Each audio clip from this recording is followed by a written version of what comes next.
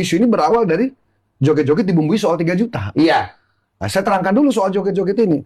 Bukan soal membela DPR, apalagi soal apa namanya karena satu partai, bukan. Kita semua ada di situ, 580 anggota DPR plus DPD RI itu. Iya, kayak ada rapat di umum situ. itu kan ya. MPR, Pak, MPR. Kejadian ada kawan kita yang kemudian seolah-olah berjoget di situ dengan kawan-kawan yang lain, ya, notabene itu lintas partai.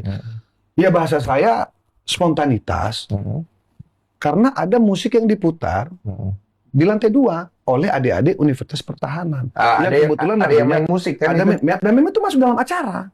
Masuk dalam rundown. Membawakan lagu nasional. Oke. Dianggapnya begitu, kira-kira gitu. Ada hiburan dari Unhan, lagu nasional dan lagu apalah kira-kira begitu. Oke. Nah pada saat lagu itu, spontanitas kawan-kawan ini berjoget. Saya harus kasih catatan, saudaraku Mas Densu. Iya. Kalau DPR ini kan representasi masyarakat. Iya. DPR ini tidak tunggal loh. Kita ini berdiri mewakili banyak orang. Banyak orang. Yang kita bagi di dapil-dapil kita masing-masing. Betul. Saya, Jakarta Barat, Jakarta Utara, Pulau Seribu. Daerah sini. Artinya aspirasi, meskipun cakupan tugas kita nasional. Betul. Gitu loh. Betul. Nah, yang saya ingin sampaikan gini.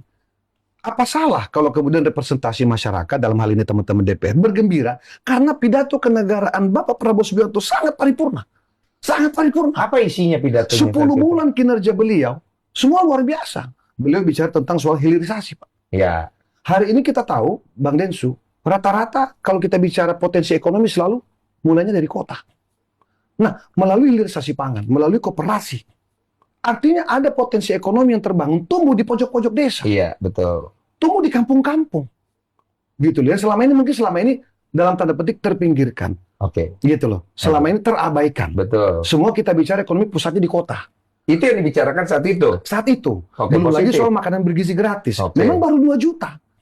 Gitu, baru 2 juta. Gitu loh. Tapi kan tujuannya kan sampai ke target yang disampaikan oleh Pak Prabowo. Iya. Minimal tahun depan misalnya 10 juta.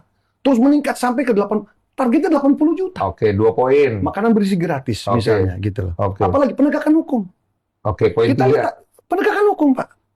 Ini ada 2 hal ya. Iya. Penegakan hukum terkait yang bahasanya orang itu ada istilahnya penegakan hukum hanya tajam ke bawah, tumpul ke atas. Iya. Faktanya hari ini, Pak, Bapak lihat sendiri kan informasi Iya. di media. Barusan ketangkep. Itu orang badan beliau, Pak. Iya, tapi barusan ketangkep. Itu dia. Iya. Orang badan beliau ketangkep. Oh, paham. Ini bukti bahwa kemudian Pak Prabowo tuh on track soal penegakan hukum.